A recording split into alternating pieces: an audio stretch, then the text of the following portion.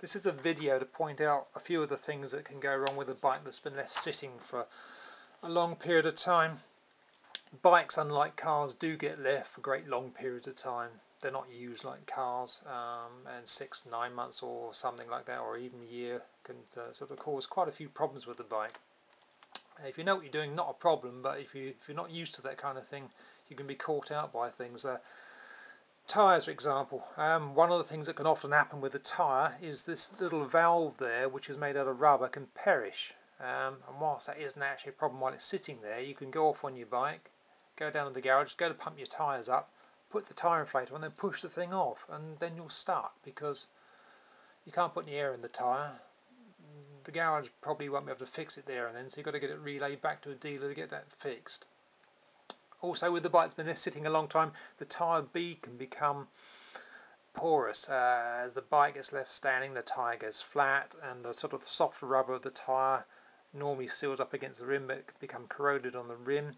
You pump it up, it looks like it's up, but it's actually seeping air all the time, so you think your tyres are up, but actually they're going down. So there's that. Tyres go hard as well.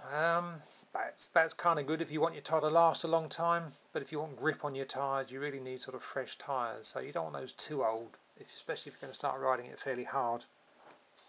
Fuel system's another thing on a bike. All kinds of things go wrong with the fuel system. The float valves in the carburetors can stick. You can start riding the bike and they'll stick open, and the fuel will flood out and go all over the place, can run all over the hot exhaust. Not ideal really. Also, the valves can stick shut and not let enough fuel through, and then you can run lean on one side and overheat one of the cylinders.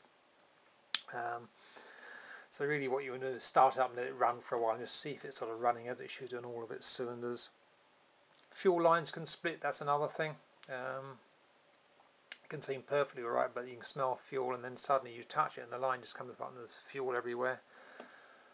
Some of the bikes have a vacuum fuel tap as well. Now those vacuum pipes take up their vacuum from the inlet manifold there. They can split as well, so your fuel end up becomes turned off in effect. So you've got that sort of thing going on as well. Old fuel can ruin fuel pumps. This modern fuel these days, it goes very hard. It can seize up fuel pumps, especially where you've got fuel vented to the atmosphere, like inside these float bowls, that kind of thing. You also get water in your fuel as well. That can sort of perforate the bottom of the tank. It can seem alright, but once you start sort of using the bike, you can realise there's fuel leaking out. Usually in this corner here, because that's where the water is trapped down there. If you have a look along there, sometimes you can see little sort of bubblings in the paint on some bikes. So moving on from there, we've got the electrical systems now. Switches can be a problem, because when they make these switches, they use copper in the contacts, which is fine, but it can corrode, so they put grease on that to protect it from corrosion. That's a good idea. When you leave the bike standing for a long time, that grease gets harder and harder and harder, and eventually ends up a bit like candle wax. So when you go to operate the switch, the contacts are actually held apart, so they stop working. Easier to fix, but could catch you out. Fuse holders are another thing on a bike. The fuse holders often give trouble. Where the fuse makes contact with the holder, what can happen is it gets corroded, and the corrosion reduces the amount of contact that the fuse has with its holder. So in fact, you end up with like a situation where if you overload the electrical system on that fuse, when you've got a corroded fuse holder, it will just give up, and so you'll end up with no power going through that part of the electrical system. So you need to make sure your fuses are sort of clean where they fit. Batteries also discharge at a certain rate as well. Even a fully charged battery just left will discharge at a certain rate, and within sort of 3 or 4 or 5 weeks or so, you'll have no power in the battery at all. You can recharge it if it's not been left flat too long, but you can ruin a battery by leaving it flat for long periods. Batteries can do funny things as well. They can appear to be fully charged 1 minute. This is where the battery's been left standing for a while. The next time you go to start the engine with the electric start, you find it's completely flat. So an older battery that's had a bit of abuse would need to be tested a bit to be sure that it's going to be alright.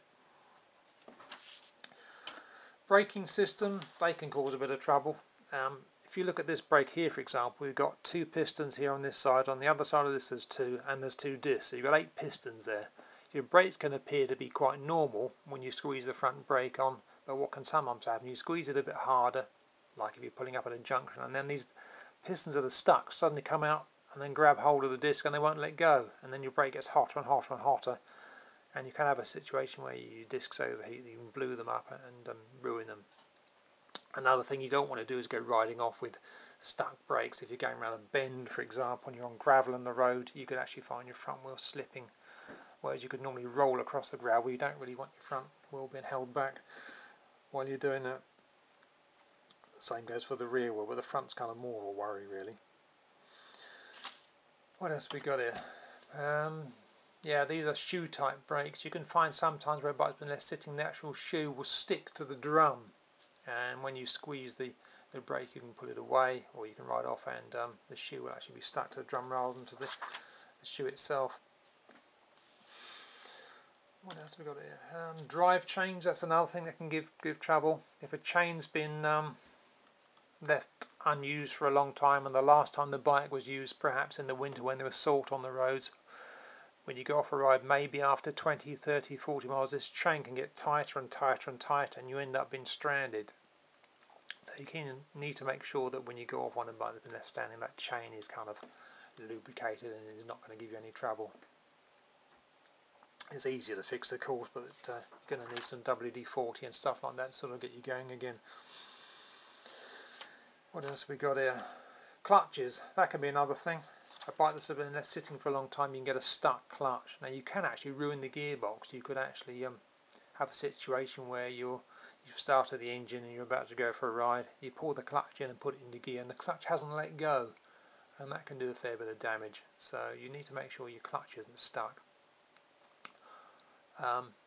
Also bikes that use a dry clutch, things like BMWs and that sort of thing, what you can get with those is the clutch plate, the friction plate, can leave an imprint onto the flywheel. So even if you manage to get the thing unstuck, what you can find is the clutch is juddery.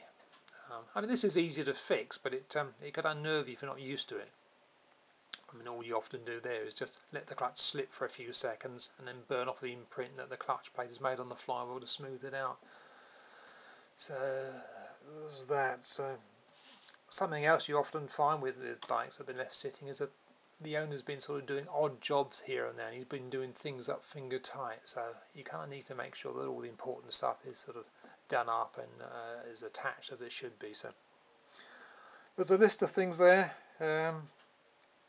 That's not everything. There's a lot of other stuff goes wrong as well, but there's a few things there which can sort of get you thinking about what you should be looking at when a bike's been left standing. So there we go.